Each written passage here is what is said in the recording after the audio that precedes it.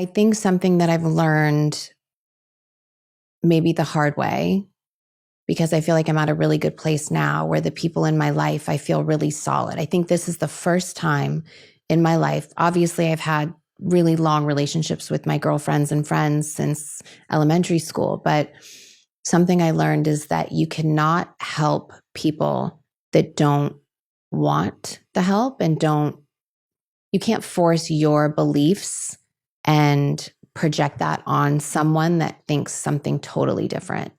And it's okay to have those different views. It's why the world goes round, you know? But if you don't align in the same values and morals and things at your core, then it's okay to realize that this life is so short and you should go and find the people that do align with what you really believe in.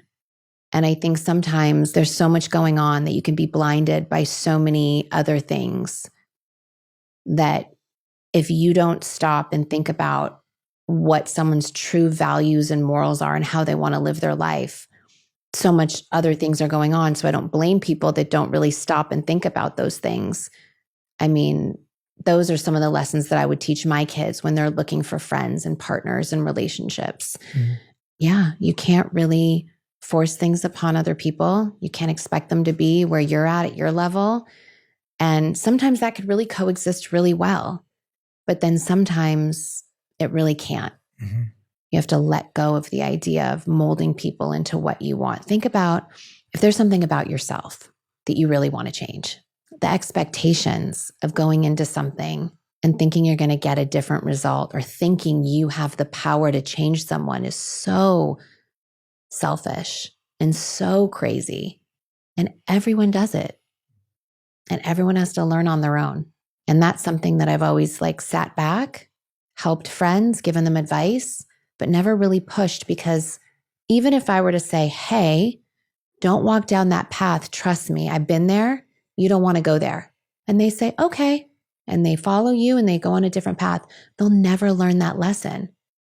They have no clue what I'm talking about. You know, I could say parenting stuff to you all day long. With all due respect, you have no clue until you've been through it. Mm-hmm. I welcome people's journeys and their lessons, and I'll always be there to the people that I love to help them through that. But they got to go through that in order to grow on their own.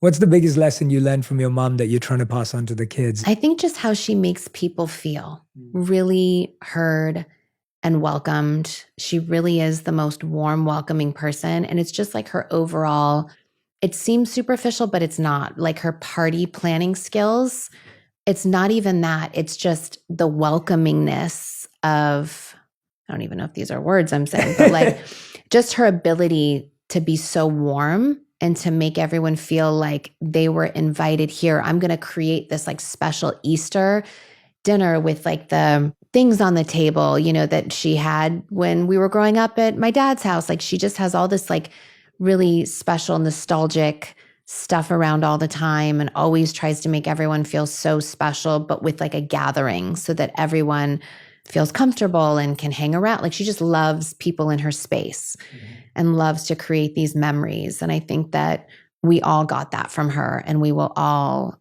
if I can just pass that on to my kids, just the experiences that we have as a family, whether we're just sitting in our pajamas and hanging out, we make the time to be together. And I hope that my kids want to make the time to be together.